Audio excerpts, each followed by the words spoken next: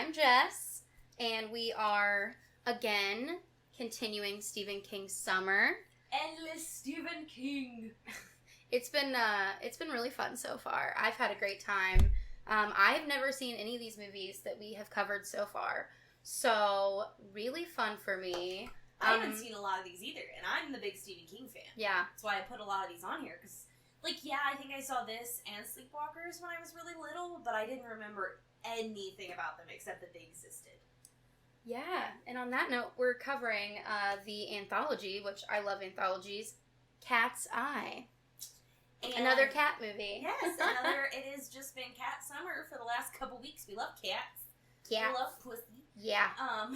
So... Don't sue us, George Lucas. Sorry. Not that I'll get into my George Lucas thoughts about this movie. Yes. So, this is not my favorite anthology of his because Creepshow exists. And not my second favorite because Creepshow 2 exists. But I did really enjoy this. And part of the reason I enjoyed it, so it's separated into 3 parts. And it's not, I would say, like a typical anthology is, because there's no, overarching story that, someone's telling the stories or something like that, or, Creepshow, where it's the comics. Yeah. And it's not quite Trick or Treat, where it's, different intersecting stories, but it's closer to Trick or Treat. But the stories never quite intersect, but there is one line that threads them all together, which is the cat. That looks a lot, he's a gray tabby, so cute. He's cute. I love all tabbies, I love all cats. Cats are great. Yeah. So this came out in 1985, like I said, it's split into 3 parts. The first 2 parts are based on short stories in, Night Shift, which, on camera, I'm gonna go ahead and, fix our little thing here, and I am going to put up the Night Shift book, because the 2 parts of this that are based on short stories of his are both in Night Shift, which is also what the Boogeyman came from, which we did at the beginning. So the 2 stories are Quitters, Inc., which is one of my favorite of his short stories ever, and he's written a lot. It's really interesting. It really is. I love the story. The other one is called The Ledge. Definitely a much better story than a movie would ever make because of what the story is. And then the third one is an original, which they're all original, but is a movie-only thing that he created for the movie, starring Drew Barrymore.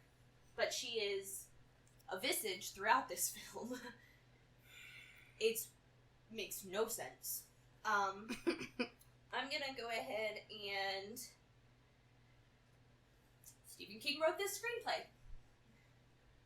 Raise your hand if you're surprised. Show of hands? Show? No one? No one? Bueller? Yeah. Bueller? So, yes. We told you how we felt about Stephen King's screenplays last We love him episode. so much. But we do. So we forgive him for a lot of things. Yes. The director of this is Louis Teague. It looks like he did the Dukes of Hazzard movie, and just some other 90s stuff that I really haven't seen, early 2000s. So we start on a cat. And then immediately in this movie, we get some Stephen King Easter eggs. Because as soon as this cat comes into frame, we see a big old dirty-looking St. Bernard. It's Cujo. And I wrote a joke, oh shit, it's Cujo, goddamn. Literally, not goddamn, goddamn. And thought, oh, that's funny, that must be a little nod that someone put in. But then right after that, they run across the street and almost get hit by Christine. Oh, yeah! Yeah, there's the red car. I didn't even think about that. Yeah, and I was Fuck, oh you're so shit, right. it's Christine. And I was trying to, look to see if I could see any other. Those are the only 2 Easter eggs that I saw.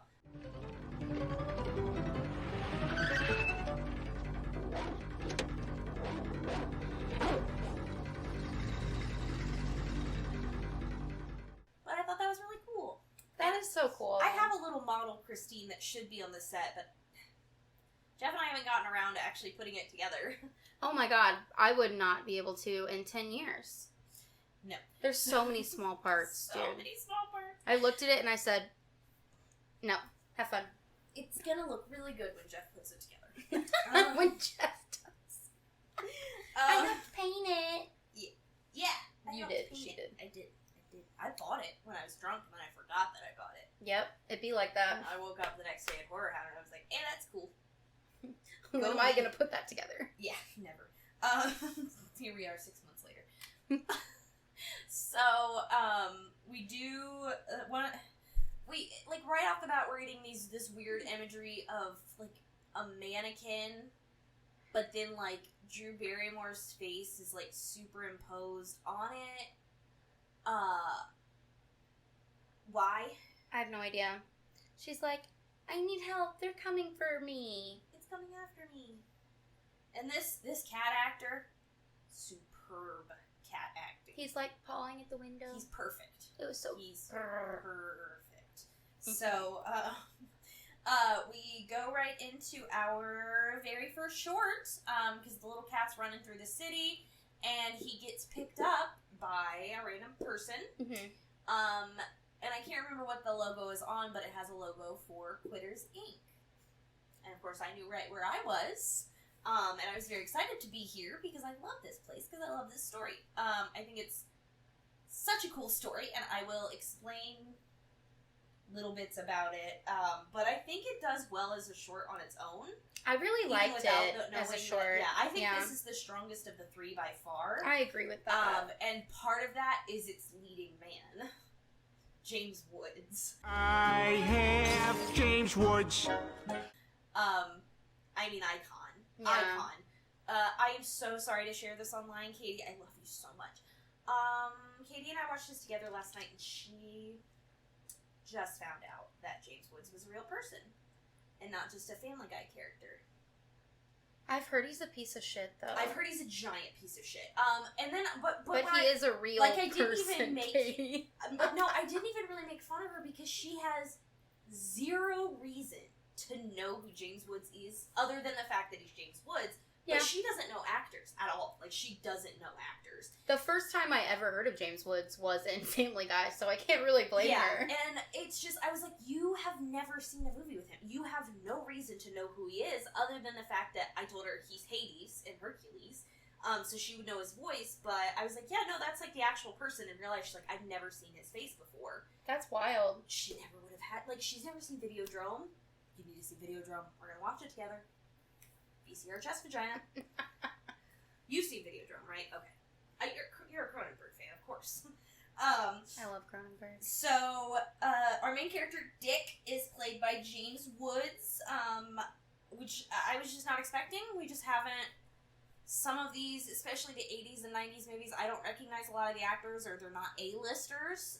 And especially for a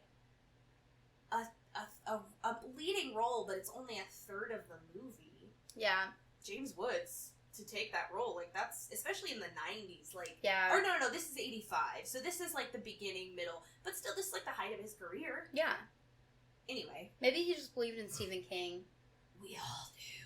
So, I mean, Mark Hamill, for fuck's sake. Mark Hamill believed in Stephen King. We all do. So, James Woods goes into this waiting area, He made a Jim Jones joke, which I loved. he did. Anyway, sorry. His friend convinced him to go to this place. He pulls out a cigarette.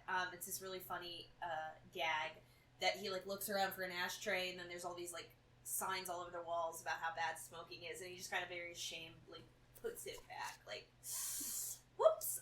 But then another guy, as he's going back with the doctor, not a doctor, the guy, there's another guy that sits down in the waiting room, pulls out a cigarette, and has the exact same reaction of, like, oh, put that back.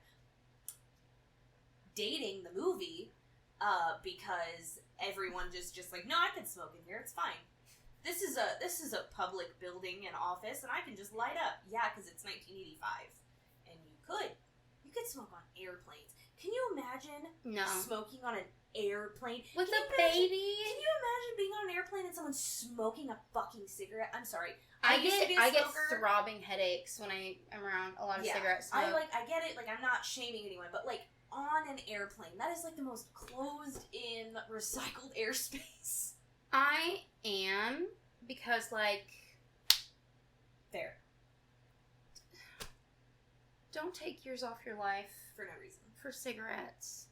Mom. Also, don't do it near me because it literally gives me throbbing headaches. It makes me so nauseous. It really does, especially as an ex-smoker. Like, I walk in a can't. casino where not even the whole thing is smoking, and I'm just like, immediate headache. Yeah. That's why I like the Vegas casinos, because they're so big you can't smell it. And half the people are smoking weed, so... AKA me. Well, there's a guy in the lobby who is sobbing. And Dick's just looking at him like, what the fuck's up with this guy? They bring his wife out to him, and his wife smacks him across the face, and then they hug, and they're like, okay, James Woods, let's go. And they bring him back, and lock the door. And He was trying to leave this whole time. He, Yes. like, immediately regretted being there. He's like, okay, actually, I'm just gonna go. And he's like, nonsense. And pulls him into the room, locks the door. takes his pack of cigarettes, and... Flips the fuck out on this pack of cigarettes. He's punching it. He's screaming. This is like they describe exactly this in the story, and in the story I was like, what would that look like? This, and it's weird. It was, I mean, he's It's just awkward. like, this program's not your typical program. So he's telling him, he's like, you want to quit cigarettes? I know this. We have, a crazy success rate. And James Woods is like, I don't want your phony baloney religion. I don't want your medicine. He's like, it's not medicine. It's not religion. I can't remember what he said, but it's like an accountability system to Yeah. a nth degree. So, and in the story, so he goes to show him an idea of what their program is like, and you see you're in a two-way mirror looking into a room with a cat, and in the story it's a bunny, but it makes sense that it's a cat, because this cat is the thread through our entire movie. So I think it's it's a cool way that he was like, oh, let me just make it a cat, and then, So he starts shocking the shit out of this cat. Like, And while playing music. the floor is electrified. Yeah, and he's just like, it doesn't hurt him, he just... It does. Oh, yeah, absolutely. And it, like, they describe it like he does it when he's near the food, to, like, condition him to be like, oh, this is bad, so I'll stop doing this, because if I don't do this, then I don't get shocked. Which is literally, I mean, it's Pavlovian training. You know what it reminded me of, and I wrote this down? It reminded me a lot of A Clockwork Orange. The Ludovico treatment that they give Alex. Like, they play his favorite classic symphonic music with these, like, horrible scenes that make him, like, this is when they pry his eyes open, with these horrible scenes that make him physically ill. And so, like, at the end, they, like, bring out a naked woman on stage, and he, like, goes to, like, touch her, and he just starts vomiting. Or, like, he hears his music, and he just gets sick. Yeah.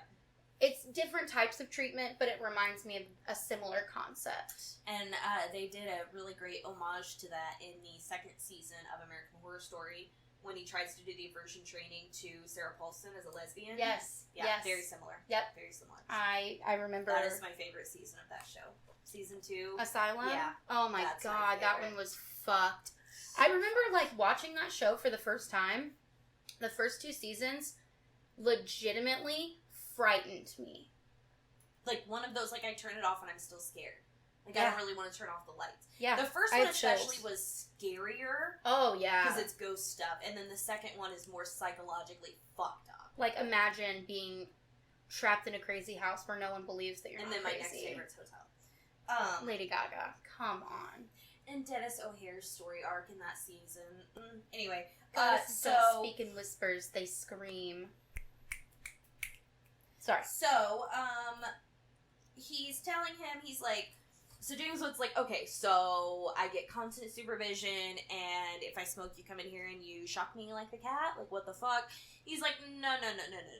We grab your wife, and we shock her, and you get to watch. And Second, if it happens again. he says his daughter, right? Daughter gets shocked. So here is where it diverges from the story a little, because first of all, he only gets 3 chances, I think, in the movie. He gets 10 in the story. The other difference in the story is he has a son, and his son is disabled. So he lives at a school for, that takes care of him. I'm pretty okay. And she lives because his daughter later is Drew Barrymore. And she, it goes to a gifted school, but I think it's just like a mystical Stephen King kind of gifted. Whereas in the story, it's actually specified he has to stay at this school for round the clock care because he's disabled. And so when they threaten the son, and it's 10,000 times worse in the story because he even describes it. He's like, your son will be tortured, and even if we tell him why, he's not going to understand. He is just going to know he's hurt because you did something wrong. It is so fucking hard to read all this shit. Oh my god. So, but he gets 10 tries in the story. It's it goes, the wife gets shocked, then he gets shocked. Third offense is, his wife gets the shit beat out of her, and then they move to the son, and then they beat the son, and then they beat him, and the beatings just get worse, and then on the 10th, one, then they kill him. But in this one, it seems like he only gets 3 shots. Yeah, because the third one is his wife getting raped. Yeah, they do mention that, too. That they're Which, luckily, we never have to see that. Nope. Because he learns his lesson very quickly. Which you would. I mean, it makes sense that they say 98% success rate. It's yeah. It's a little different when it's you. You know? When you're trying to take care of your wife and your daughter, you're gonna fight probably a little harder. 100%. They said on the 4th time they would kill him, but... Oh yeah, 4. Okay, yeah. He gets 10 in the story, 4 in the movie.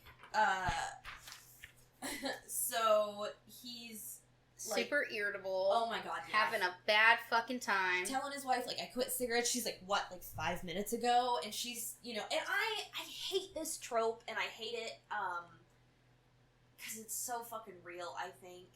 This, you'll lapse, you'll be back on cigarettes by tomorrow, just take one, it's fine. No, support your friends. I mean... Support your people trying. Yes, I'm 100% with you. I'm I don't know what it was like in the 80s. Condescending tone of yeah, okay, give it an hour. There's a scene a little bit later in the same story where him and his wife are at this party, and... Oh, it's hilarious. It's fucking hilarious, but so every funny. goddamn person is smoking. I was laughing. Oh my god. Laughing and laughing and laughing, and then the kids had cigarettes, and then they were a cigarette, and then... And then there were cigarettes coming out of the waiter's ears. It was the kids smoking for me. I That's know. what really... Oh my god. 2 tiny children with cigarettes just laughing, and I'm just... It was hilarious. But before that, he wakes up in the middle of the night, and I can't remember how long it had been, 2 weeks at that point? No, I think that's the first night. At least in the story it is. Oh, okay. I couldn't remember. Maybe the 2 weeks was when... Because you just can't sleep that night. It's your first night without cigarettes, you just can't sleep. And so he goes to, his office or whatever. He keeps scaring himself. It's so funny. James Woods' physical comedy is amazing. It is. Hello?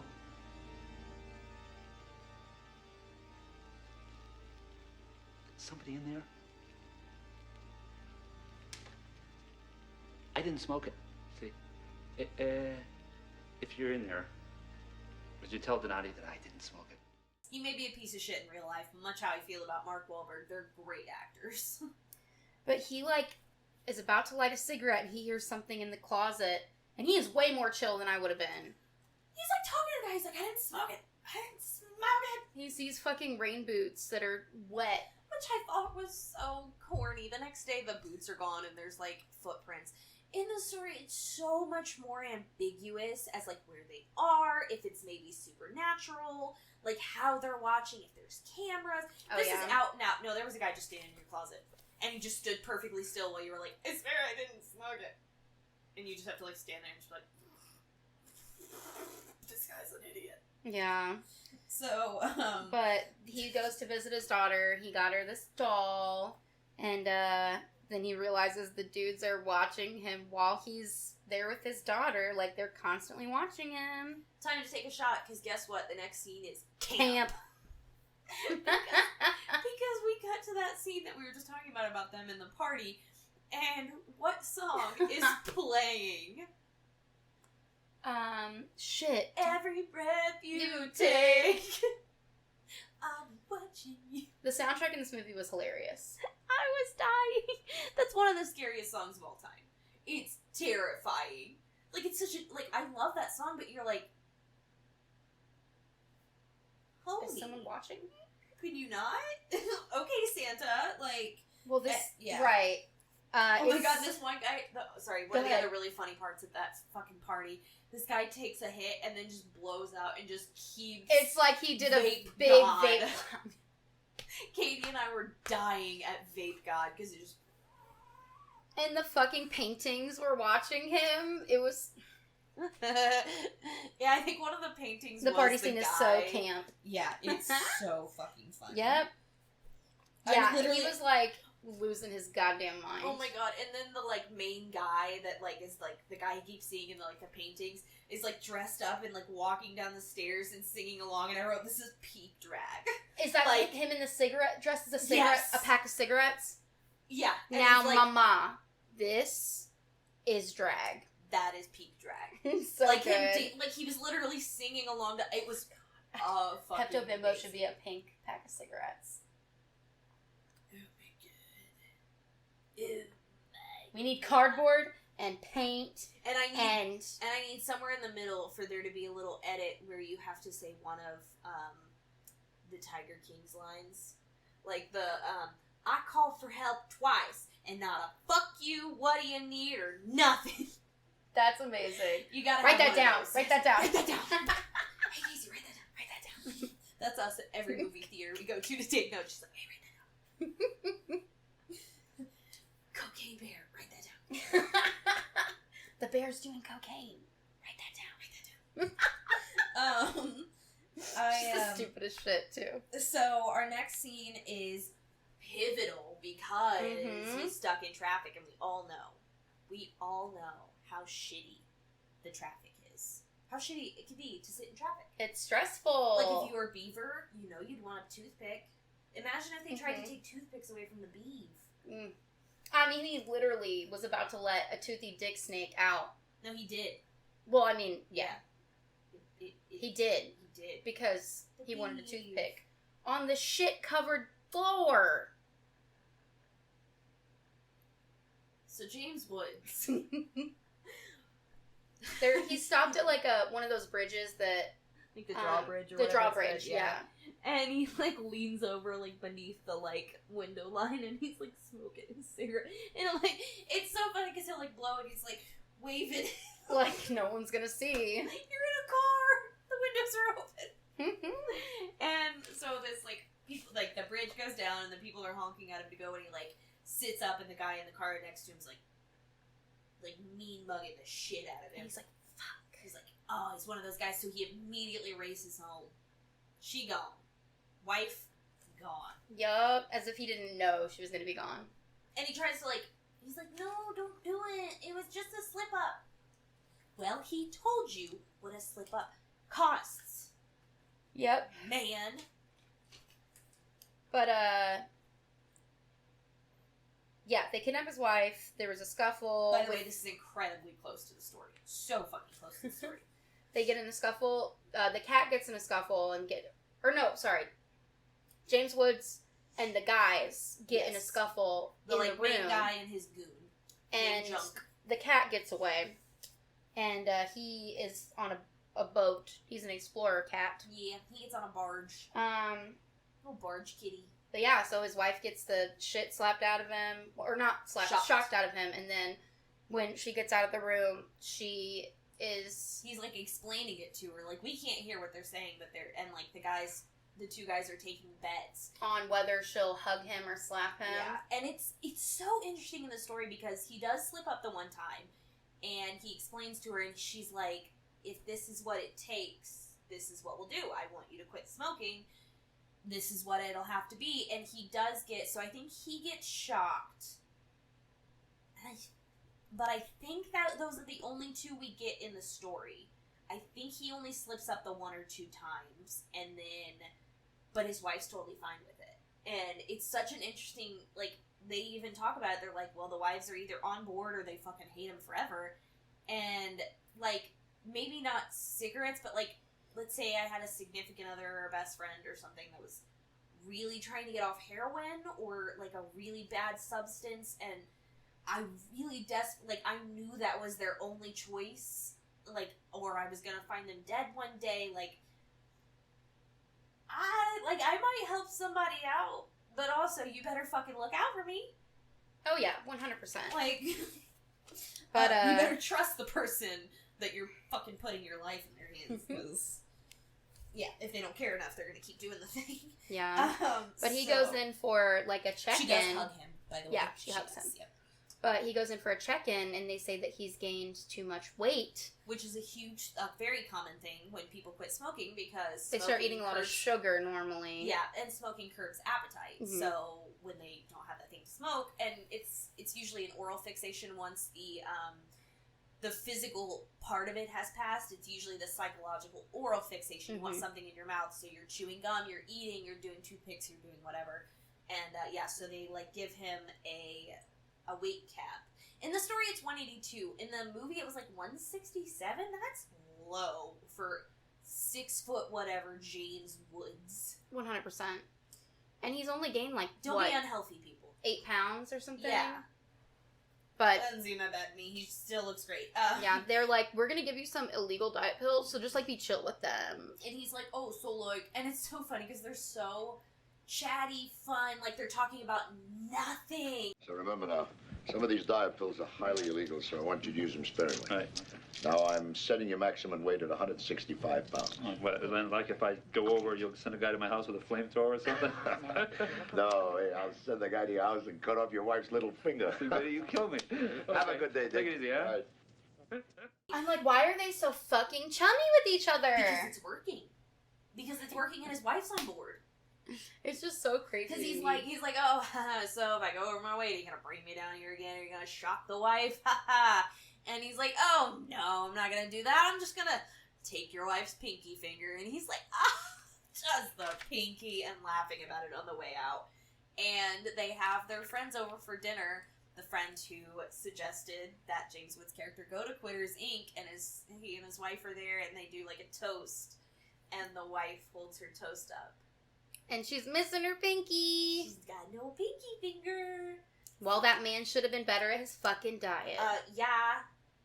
I'm Says sorry. the girl who can't stop eating. Whatever. I love food. Me? I can't help it. No, I didn't mean Oh, I can't stop eating either. I really can't. Casey got in my car a little bit ago, and I was like, you can step on that bag of Cheetos. It's empty. I ate them on the way here. And she's like, yeah, hell yeah. And I was like, I also had some beef jerky. I literally had crumble cookie delivered to my work 10 minutes before I left so I could bring it home.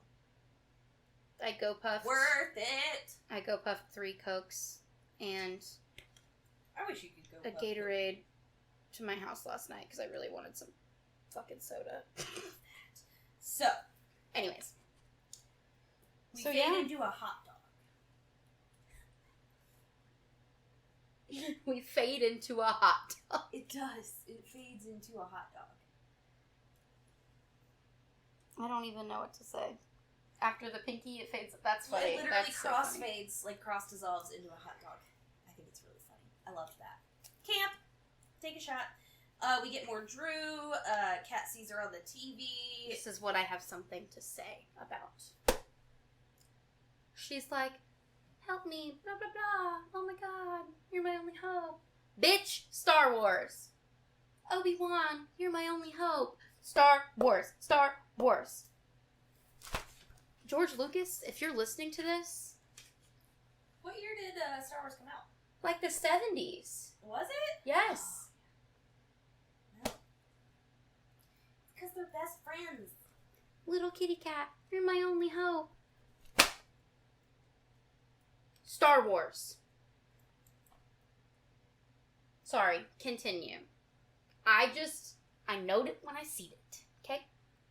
I feel like they had a discussion. And Steven was like, You know, I think that George. they're big fans of each other. he had a discussion, he was like, So, hey, George. You know, Wouldn't it Spaceballs, be that's kind of cool, but funny? like, I'm gonna do my own thing, Wouldn't subtly. it be kind of funny if Drew was like, Cat, you're my only hope? And they were both really high on coke, and he said it like right as George went down for a line, and he came up and was like, oh, That's dude, that'd be fucking so brilliant. Fucking That's funny. fucking you brilliant. gotta put that in. You gotta put that in. Put that in.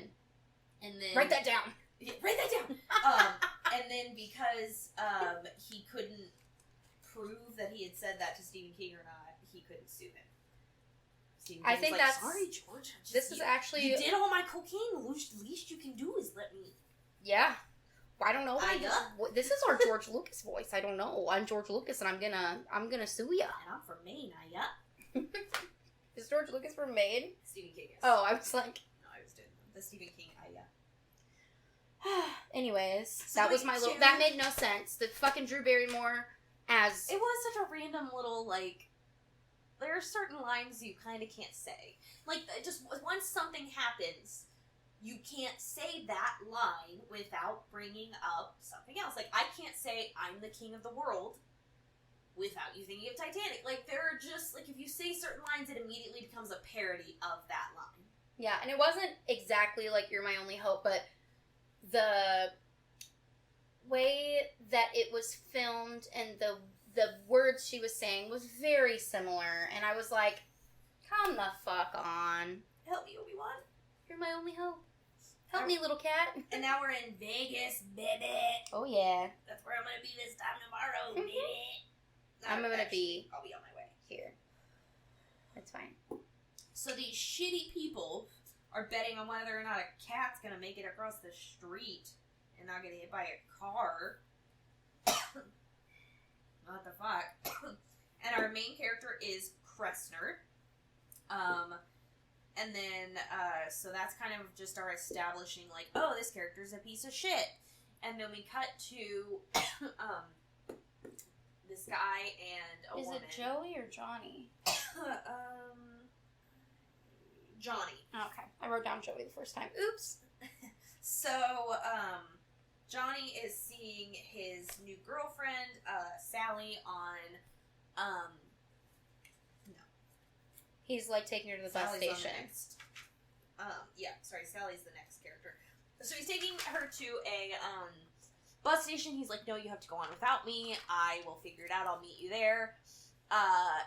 Eventually, so all this leads up to, he gets to this guy Kressner's house. Kressner is this, is the husband of this woman. These two are... This is a lot... This setup is a lot like another one of his setups for an anthology story. The Tide in Creepshow. The Ted Danson one, where he's fucking a guy's wife, and he makes him do a really fucked up thing to, like, so he can... He's like, oh, if you do this, you can have my wife. So that's essentially what this setup is. This very, very rich, powerful guy is like, I understand you love my wife, but I don't like losing things. I will make you a bet.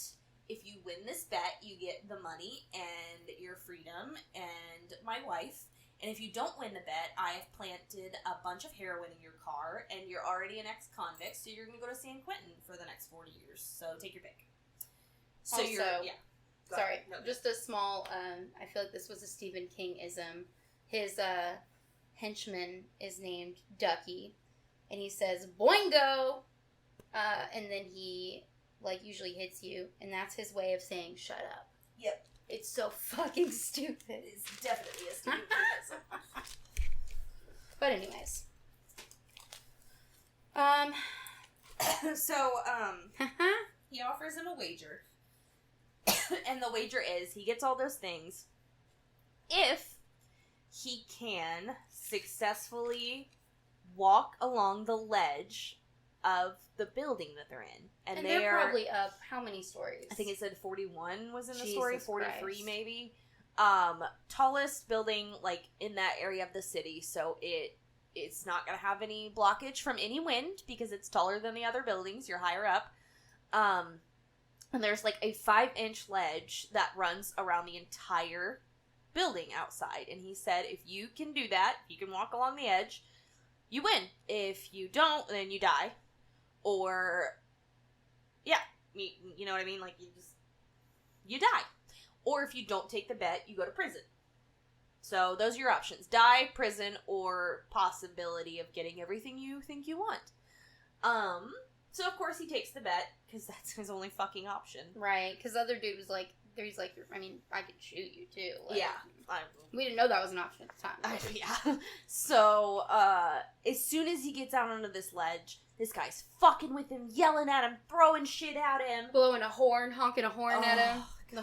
The horn's fucking funny. It is funny. But anyways. But this story, it's such an interesting story to read because you have all this time. And I've said it before and I'll say it again, Stephen King's good with dialogue, but he is incredible with his descriptions. And the description of him, the like lengthy prose of this guy walking along this edge for like what is most of the story is just this guy on the ledge and him, his own inner thoughts trying to get around it and his little obstacles that he comes across. There's a pigeon pecking at him. Which is so boring to watch for like even just a short amount of a movie.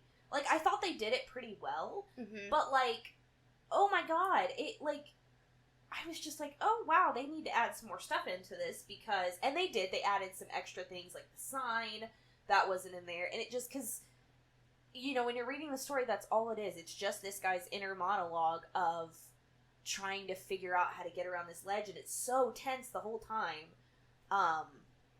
because you don't know if he's gonna fall, and he keeps like slipping, and then there is a pigeon pecking his foot. Oh my god, that is such a good part of that story because it's just so like it goes on forever. He just keeps pecking and keeps pecking and keeps pecking at this fucking guy's leg, and you can see it bleeding under his sock.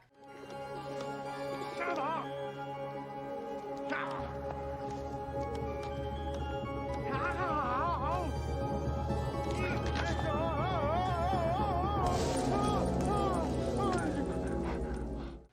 And then he gets to this little little garden. I don't know. There's like a little nook with like some plants on it, and then Homeboy pops over the top and hits him with a fire hose. Yeah. And he's like, "That's only half speed, bucko," and he almost blew him off the ledge. Yeah. So now he's soaking wet, probably slippery. And he keeps going. Then the sign happens. Yeah, the sign is actually, I think, the best scene in this part. Because it's actually visually dynamic. Because part of the reason is this movie came out in 1985. So all the special effects of looking down, things falling down, it looks so chroma keyed and fucking fake as shit. If this movie was made today, we could make it visually entertaining of just him standing there or one foot kind of slipping off and a couple rocks falling down. You can make that look interesting and tense and scary. When it looks this fake, you're bored. You're just bored. Mm-hmm. I was bored. I'm sorry. Yeah. But he is going around. He's doing a great job. Like I said, the sign scene is really cool because he's trying to go around the sign. It can't hold his weight, so it starts breaking down and like falling, and oh, it's so cool. And he's like, this is at the very end, so the guy Kressner's like watching him, like, he's gonna fall, but he doesn't. So he sees him like get up to the ledge, and he like runs inside, and he's like, "Okay, here's the plan. When I say this, you do this." And he's like, "Okay." And so he gets inside. He's like, I said I've never like, what was the word they used? Basically, I've never welched. Never welched on a deal. He's like, but I am a sore fucking loser. And he's like, he had the bag of money. That says you get the money, you get your freedom, you get my wife. There you go.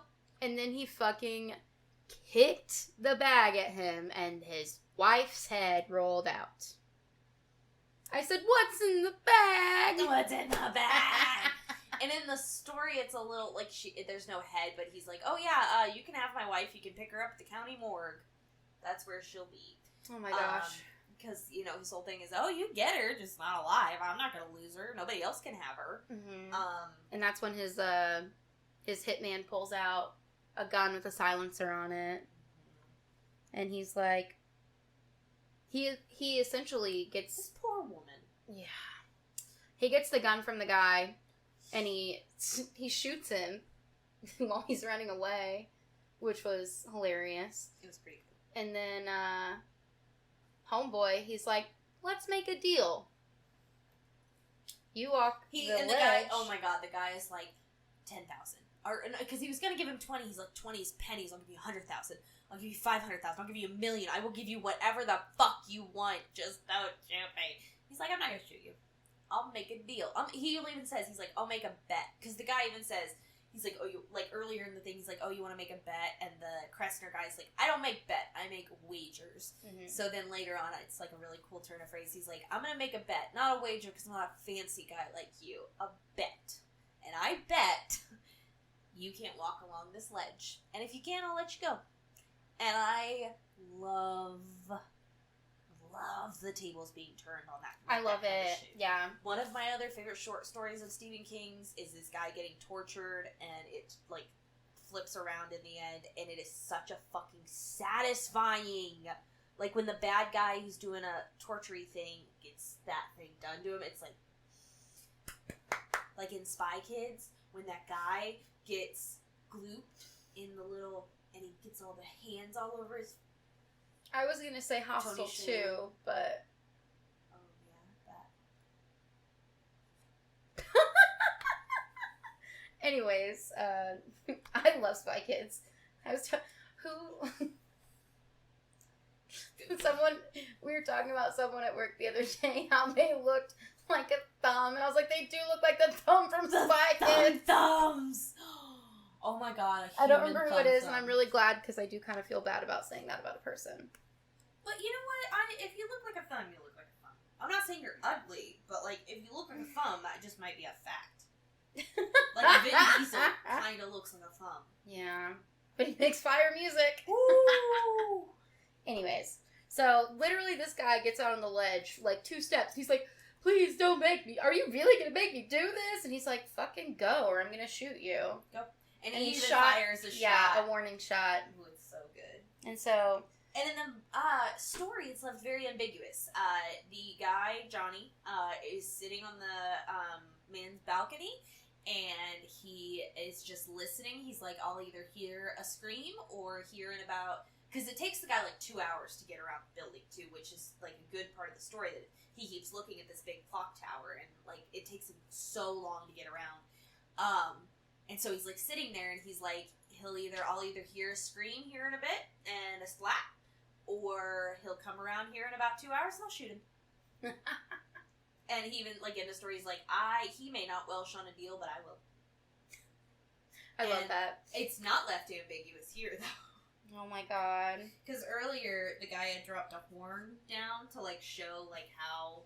Oh, God, it was the fakest thing I've ever seen in my life. The fakest thing I've ever seen in my life. He, like, drops it down to show how far down it is. And then, how does it end, Jess? He falls off the building. Obviously, he had no chance. And he None. just... He looks like fucking, Wilford Brimley. He Late does. Wilford Brimley. But the fucking shadow effects... It's so bad. They're so bad. Again, I wrote LOL camp. He fucking... The shadow is so bad, and then he falls on top of the horn, and it goes, wah. I was like... This is peak camp. I was like, oh my fuck, we'd be This is wasted such right peak now. camp. I can't believe fucking Jason Voorhees isn't here. So camp, I want to pitch a tent. So, we finally get to, and this is where the thread of the movie kind of falls off, because we don't actually see the cat get from one place to another, we just cut. He's in a suburban neighborhood all of a sudden. He's on a train. Yeah. And then that's just the next one. We don't because the other one we saw him run from one place to another. He got out of here, ran to here, he got out of here, ran to here.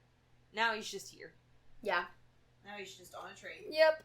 But he's trying to make it to the person he's supposed to protect. Because he's a special cat, and he has been sent from the cat gods, this is my canon, to protect Drew Barrymore. He was sent by the goddess Carrie Fisher herself. To protect Drew Barrymore. Yes. I think Carrie Fisher would have been totally behind protecting Drew Barrymore at all costs. Yeah. Oh, I Do you can't. know a I'll lot cry. about her early life and stuff? Yeah. Yeah. Oh. And fucking Carrie Fisher. Rest in power. Rest in Her daughters. power. What?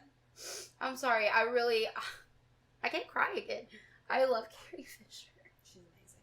Her Billy Lord, her daughter. Yes. Yeah. Okay, sorry. So this is the story that is not based on a short story by Stephen King, and I think it's the weakest of the three.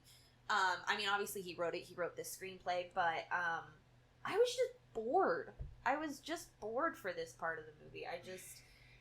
So Drew Barrymore is this little girl who is convinced there's like a little monster living in the walls, and it's gonna kill her. You know, she thinks she's gonna get her in the middle of the night. And she's outside one day, washing the car with her dad, and this cat runs straight into the house. And if that happens to you, that's your cat now. That's your cat now. Good, congratulations, you have a cat. If a cat ever runs into my house, like if it doesn't already belong to somebody, like if they don't come in looking for their cat, that's just my cat. That cat picked me. And the dogs are just gonna have to deal with it. Yeah, that's just that. Look, I have a cat now. So that's what happens. But the mom is like, that cat doesn't fucking sleep in this house. And there was a big thing about this The Nana. in the 80s. Oh yeah, I've heard this before. I think that's why my family in Tennessee, because my papa was incredibly superstitious, and his whole family hates cats. And I think it's because, I mean, my family's Native American, Right. so I don't know how deep or like what culture they were saying the folklore was from, but like I think it was like a Native American folklore from whatever tribe that my papa's family and like, you know, dates back to, that cats will steal your breath in the night. And I think, and it was a big thing in the 80s, and I think part of it was because of the fear of a cat suffocating a baby in a crib, laying on their face and suffocating them. Yeah. I don't know if there's a recorded case of that ever happening. It's probably one of those urban legends. I've never looked into it. I mean, I know SIDS is a real thing, obviously. Babies have suffocated in their cribs before because of things. I don't know if there's ever been a recorded case. Again, I've never looked it up. I'm not saying one way or another. But I want to say that's... I don't want to say that's where that lore came from, because obviously it's not. But I think that's why that lore made its way back into popularity, into Western culture, because of that, like, popular myth that, you know, if you let your cat, and I'm sure it is a thing that could happen, but you know that, you know, your baby's gonna suffocate, and it turned back into this myth of supernatural, cats steal their breath, and they keep saying it over and over again. He doesn't steal my breath, blah blah blah, and we get to see the kitty doing a little hunting. And I think it's such a cute little kitty. Drew Barrymore made a comment about how, because she has cat balls, by the way. I don't know if you noticed. I didn't. Big giant cat balls. Anyways, Drew Barrymore has a bird, a parakeet, I think maybe named Polly, in her room, and her mom's like, well, what's Polly? Like, why don't you think about Polly? Like, she's like, you know, why did she name it? General. She named the cat General. She's like, General would never hurt Polly. And then it cuts to a scene, camp, where... Also, your bird is in a cage, and it doesn't seem like you get them out that often. Just keep them apart. Right. But it shows, like, the mom watching the cat outside, and General, like, attacks and kills a bird. And she's like, non-violent my ass. I mean, it's a cat's nature. It's clearly a stray. Like, she said she didn't trust the cat.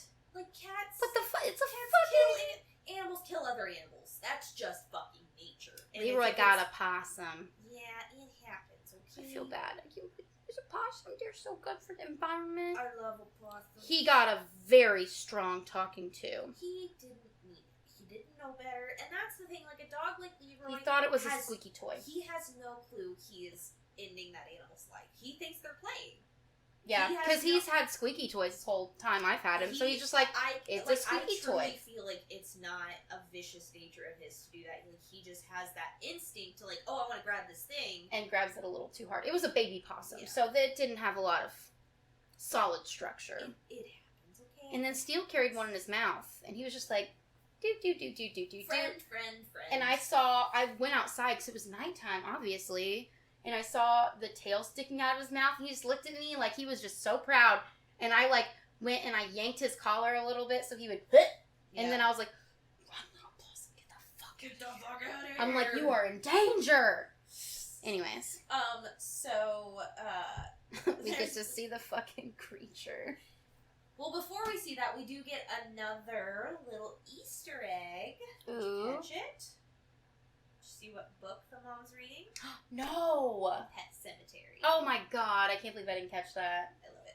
Yes, she's reading Pet Cemetery. Maybe that's why she doesn't trust cats. Ooh, yeah, if she's in the middle of that book, she's like, that can't even come in my house. Lots of reasons, I guess. Church did nothing wrong. It's Yeah. not his fault that you fucking have an outdoor cat that you let outside all the time next to that fucking highway where fucking semis are speeding 90 miles down the road. Also, you let your kid die. Wrong kid died. So, yes, then we get the creature. Evil little Jingle Bell elf monster. Thank you. I was gonna ask what it was called. He's the evil little Jingle Bell elf monster. How about Turdy Jingle Bell Elf? He looks like a turd. Casey, He looks like he's made of a poo. I'm gonna be real honest with you. Star Wars. He looks like He he's looks made like of a poo. creature from Star Wars. He sounds like a creature from Star Wars. He does look like one of those little. Ewoks? No, Jawas. Well, he sounds like a Jawa. He doesn't look like an Ewok. No, I'm literally picturing like a little hooded guy. That's a Jawa. Okay, yeah, then that's what I'm thinking of. That's exactly what it sounds like. Yeah, well, I that's was what he like, looks like too. Fucking Jawas.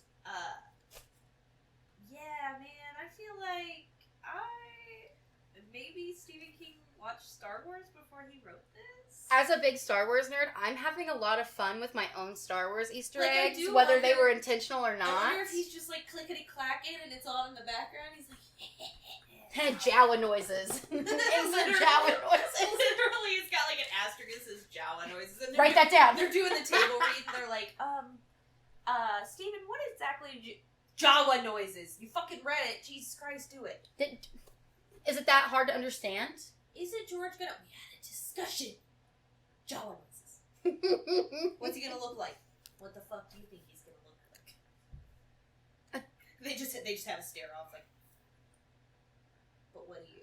It's that fucking Star Wars meme. It's the like. But what's he gonna look like? But what's he gonna look like? Ugh, amazing. I didn't notice any of this because, like, yes, I've seen the original trilogy, not in a very, very long time. I have nothing against it. I just never got super into it. I just had a million other things I was interested in. And so I didn't catch any of this. I'm loving every second of realizing that, yeah, this is... Between the two movies that we watched, like this Yeah. week and last week, I'm Yeah. like, Star And more... fucking Wars. And I obviously brought it more so up in this before. one. Yeah. I wonder if you noticed, because you watched Cat's Eye first. Yes. And so I wonder if you were more primed to see the Star Wars stuff in Sleepwalkers. I mean, for me, it was mostly the because- Mark Hamill thing. Yeah, well, that's Yeah. fair too. Because otherwise, I just been like, woo, Mark Hamill. Yeah. But then I watched Cat's Eye first, and I saw all this shit, and then I was and like, then all of a then sudden, Mark in another, Hamill's- I was like, fucking Mark Hamill. Yeah. I was very highly alert for Star Wars Easter eggs. Jawa noises.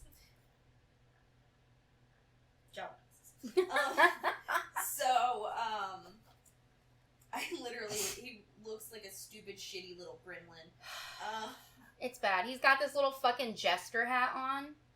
Or And, like elf. I don't when even we were know. it does look like a jester hat, and it's like the mom like finds a little bell or something. When we were first watching it, Katie was like, I thought that was like his head, but I think it's his hat. Like, you know, sometimes like creature designs will have something that looks like clothes, but it's like a part of their skin or something. Like she thought it like had. What is that SpongeBob And she creature thought where that's they what- like ripped the hat off, but it was actually like top of his head? Yes, and she like the clothes that were on him, she's like, I thought that's just what he looked like, but I think he's wearing clothes. And again, that's what makes it look. Anyway.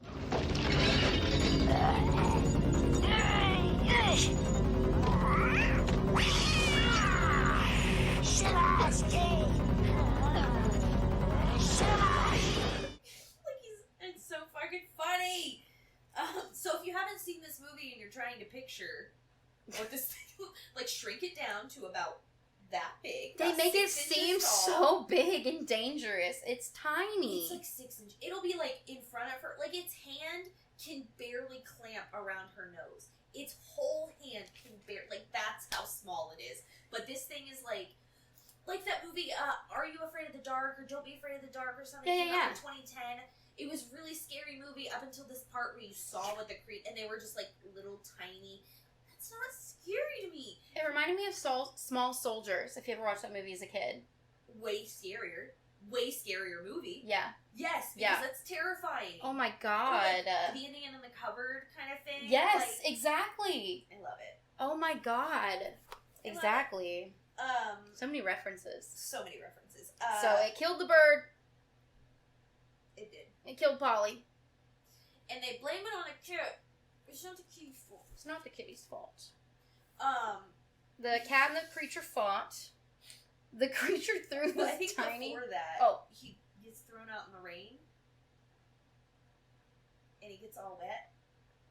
The cat? That's a wet ass pussy. Ah! I wrote WAP. She had to put that in there. Katie and I were laughing about it. So yes, the cat gets like taken to the Humane Society because the mom takes it to like the pound or whatever. Or does it get into a fight first? They get in the fight first. Because that's when they think that it killed Polly. Yeah. You're right. So the cat and the creature fought. The creature threw its tiny little sword. The only thing that I do like about the creature is they use a little bit of stop motion. I thought that was pretty I cool. love the use When of it's stop like coming motion. out of its little spot, it broke out Right. from the wall. Did you watch Mad God that came out last year? Mm-mm. The Phil Tippett. This guy, Phil Tippett, has been working on this movie called Mad God since like the 80s. And he did 100% of it himself, and it's all stop motion. And it is one of the strangest things I've ever seen in my life. You should watch it. It's a Shudder exclusive. It came out last Okay, year. yeah, I have Shudder. Yeah, it's Is it you may scary? have to- no, because there's like not like a plot. Okay. And there's almost no dialogue. It's really, really weird. You may have to watch it in sections because it's like an hour and a half, and since there's no dialogue or anything, it's It's kind of like slow.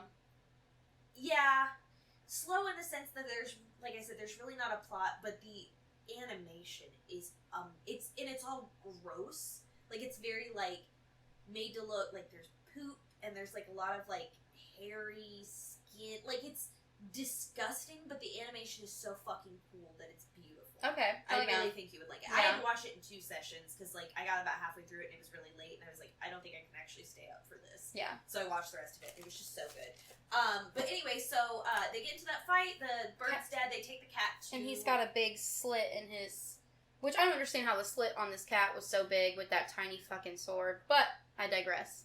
And it looks so much bigger when the thing's like holding it, but then the Yeah, then she picks it up and it's this fucking it's thing. Barbie size. It literally looks like it was made for Barbie, and you know how tiny Barbie hands are. Yeah. And so, this last scene, so eventually the cat gets out.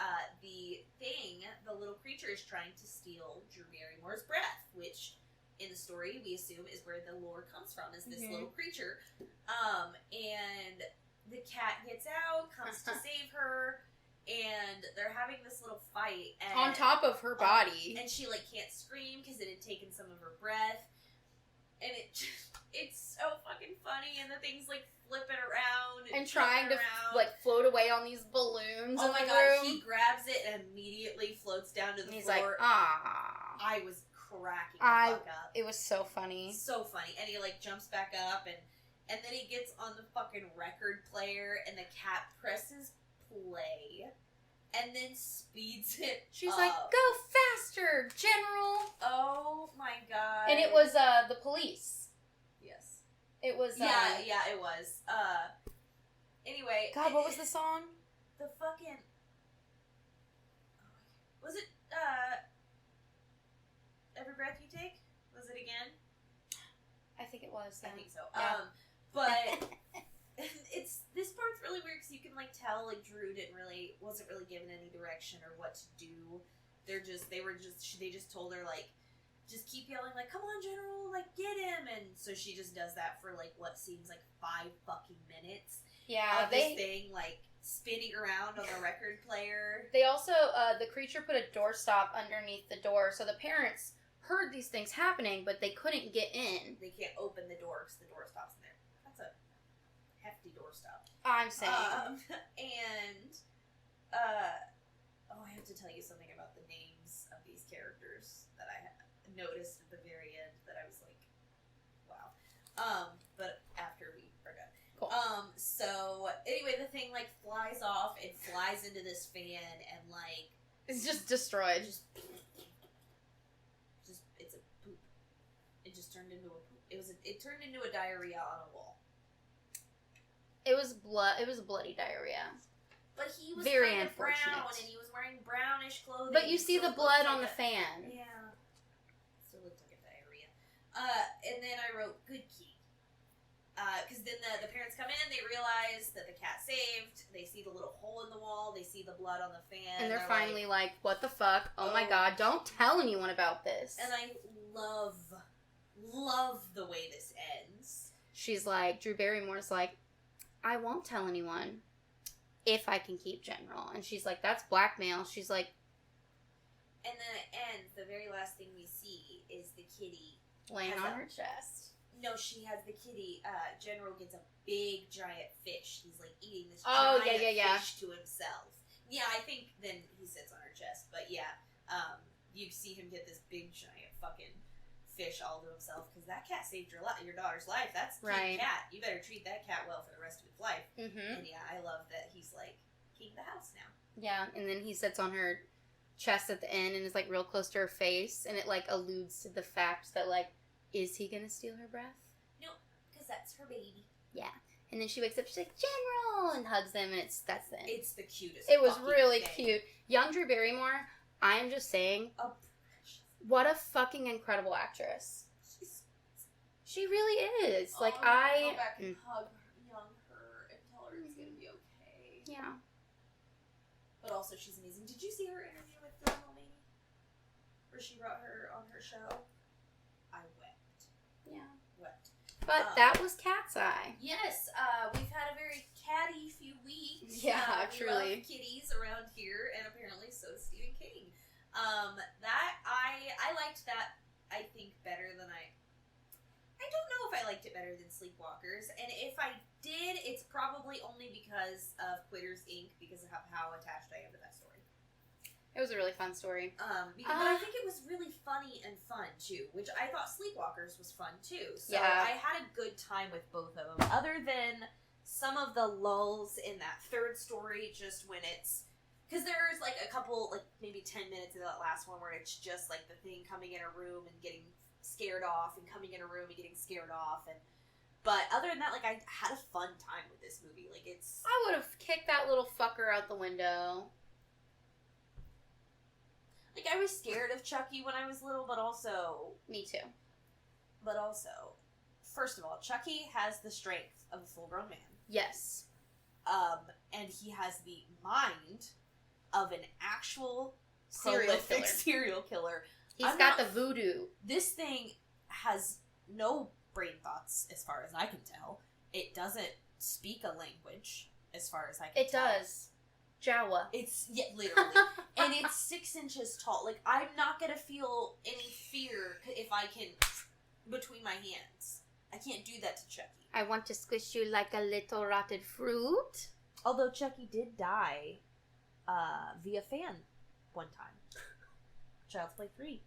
Oh my goodness. And that's why he comes back all chopped up and stuff in Bride of Chucky. I remember being so scared. I literally walked into the living room when my family was watching Chucky once with all the lights out, and I was like really young, and I was like, I don't like dolls. Never liked dolls. Oh, I was never. And I really haven't, like, yes, dolls creep me out in the way that I think dolls kind of creep everyone out. I don't have the same fear that Jess does. I'm getting but- over it. I decorated a mannequin. Yeah, but I mean, it's just that's just something your brain does. You know, Yeah. it just I have irrational fears. It happens. Ventriloquist dummies, I will never get over. Yeah, they're scary. They talk on their own. You can't tell me someone's... No. Right. They're fucking... My dad used to fuck with me a lot when I was really little, because I was scared of Chucky. Like, we'd be walking something and be like, and he would say shit like, "Oh, Chucky's behind that dumpster right there." I fucking hated him for that shit. It was so mean. He got such a kick out of it, though, because I'd be like, "Stop!" I hated it. My sister used to torture me because she had dolls in the top of her closet, porcelain dolls, which I also hate. And she'd be like, "Will you go get something for me out of my closet?" And I'd be like, "Sure." And then she's like, "I think it's towards the top." I'm like, "I don't think I can reach it." And then I'd look up, and she had the dolls positioned, so they were staring down at me. My sister used to prank the fuck out of me, and she did it many, many times. That's what older siblings are for. Yeah. I'll get her one of these days. No, you won't. I'll try. That's the thing. You're too sensitive. You won't do it now. I know. Because you're like, no, she's a mom. She's got too much going on. I'll get you, Tiffany, and your little daughter, too. No, I'm just kidding. Maui's amazing. I would never do that to her. Her kid is so fucking cute. She is. But anyway, thank you all so much for continuing with us through this Stephen King summer. And through the last year. Yes, if you are a fan of us and not a fan of Stephen King, I am sorry for this summer. I really am. Hopefully you are having fun with us making fun of it, though, because at least we're not just gushing over how amazing all these movies are, because we are doing shitty movies. Like, a lot of these movies are not good. This movie was not great. I liked it, and I had fun. Is it an actual, just, like, plain good movie? Just subjectively good? Like, no. Like, But anyway. I did have a lot of fun watching Yes, it. I had so much fun. And James Woods is always a delight. In movies. And he's a real person. He is a real person. He does exist. But anyway, so make sure you like and subscribe to the YouTube channel, please. And please share us. We really need more subscribers. So please tell your friends to subscribe to us on the YouTube, please. We put a lot of work into this. Make sure you follow us on Instagram and TikTok at Barely Living Dreadful, on Twitter at Living Dreadful, and you can send comments, questions, concerns, and requests to the email at barelylivingdreadful@gmail.com. And until next week, Stay spooky. Bye.